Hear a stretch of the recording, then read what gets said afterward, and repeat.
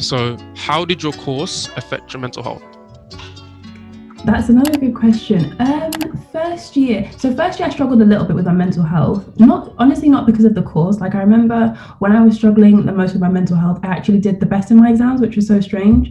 It was more like the social side of things. Like this was before Corona, so everything was like out and about, and I still had access to all societies and stuff. But I just struggled to like make friends. To be honest, it was something that I struggled with a bit in school, and I think maybe it carried on in uni. And yeah, that was the main thing. It was just like making friends, the new environment and stuff like that. And how did you handle it in the end? I mean, Yeah, for the so I course. just yeah, all those mental health services that they bang on about, I just reached out to one of those and got some help there. The uni does like counselling and stuff. I didn't reach out to that exact counselling service, but I got counselling elsewhere, and that was quite helpful. And then I joined a couple of societies, which helped a little bit. And yeah, I just kind of like the counselling really helped. It kind of changed my mindset and things, and like how I thought about myself and how I thought about making friends. So yeah, that's how I dealt with it. Would you say that the medical society is a good place to make friends? Did you make any friends through that society, or is it Yeah, more information research oriented? no, I think MedSoc is actually very, very social. So they have like a free bar every single Friday, and there's like free drinks, free alcohol. So that's very, very popular. I never went to that, which I do regret. I wish I did because I probably would have met lots of people there. It's not very like sciencey at all. It's like purely social. So yeah, I probably should have joined MedSoc to be honest. Okay. And do you have any advice for people that are applying for your course? I'd say just persevere. It can be quite daunting applying for medicine because it's so competitive. You see lots of really, really smart people applying, and you're like, what are my chances? I've got no chance of getting in. I'd say just persevere, to be honest.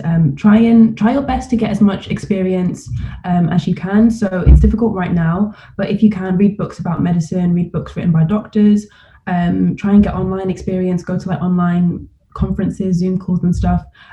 Just any form of experience that you can get is really, really good because it looks good on your application. And try and keep like a hobby, like a sport or an instrument that you play. That looks really good to universities as well. Okay. And are there any tips that you have for anybody that's applying to Newcastle University overall in general?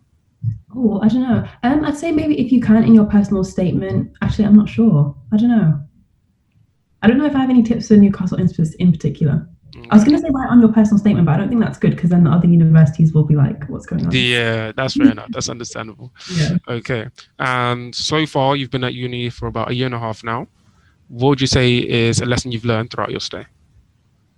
Oh, what's a lesson I've learned? I think everything happens for a reason. You might have some tough times. Actually, I think anyone who goes to uni, you're guaranteed to have a time that's like not so great, or you're guaranteed to have a tough time. That tough time is just an opportunity for you to like learn more about yourself and to just overcome any obstacles.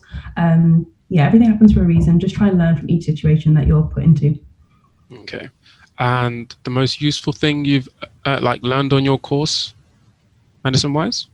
Medicine wise, the most useful thing I've learned, ABCDE. It's pretty much this method of if someone's like dying, that's how you check what's wrong with them, and it's ABCDE. That's the most useful thing because obviously, if someone's dying, you can like check they're okay.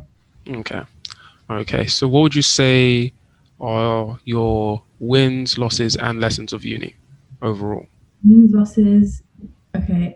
Wins. I would say in a weird way, I'd say like starting my YouTube channel just because I've met so many nice people from that, and like honestly, it brightens up my day whenever I get like a comment or someone messages me on Instagram saying like, "Oh, I watch your videos." That's really, really nice.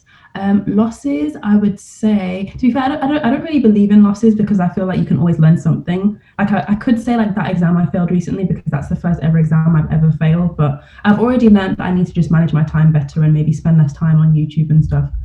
So yeah, what was the other one? Wins, losses, And lessons. lessons. Yeah, I'd say that lesson of just managing Yeah, my time better. pretty much sums it off. Okay.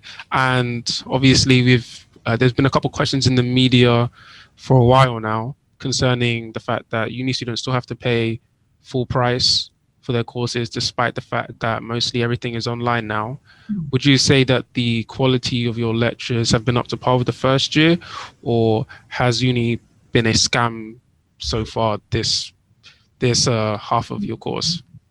I don't think the quality has been the same for sure. I think it's also a lot more independent. I don't know if you've noticed this with your course, but like they've given us a lot more stuff to like study on our own. Normally we'd have like 3 or 4 days a week of like lectures, whereas now we only have like 1 or 2 days a week of lectures, or like, sorry, no, I don't know if that makes sense, but like we have a lot less lectures basically. And the lectures, they're all on Zoom and they're just not quite the same. I'd say the quality hasn't been the same as first year for sure. Yeah, there's been a complete drop off in contact hours, and Yeah, interactivity is a lot tougher as well when you're talking through Zoom. yeah, That's definitely. just a situation that we have to live with at the moment.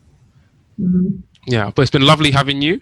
Oh, Um, if you want to plug your YouTube channel, yeah, so my YouTube channel is just Christina Aliyah on YouTube. And yeah, just that. Christina and Leah. Okay. Well, this has been Sliders Pod. I'm your host, Mo, and this has been our guest star, Christina and Leah. Okay. So this has been the first episode of Ask a Student. And join us next time in about a month's time, and we'll join you with a new course. Okay. Thank you, Christina. No probs.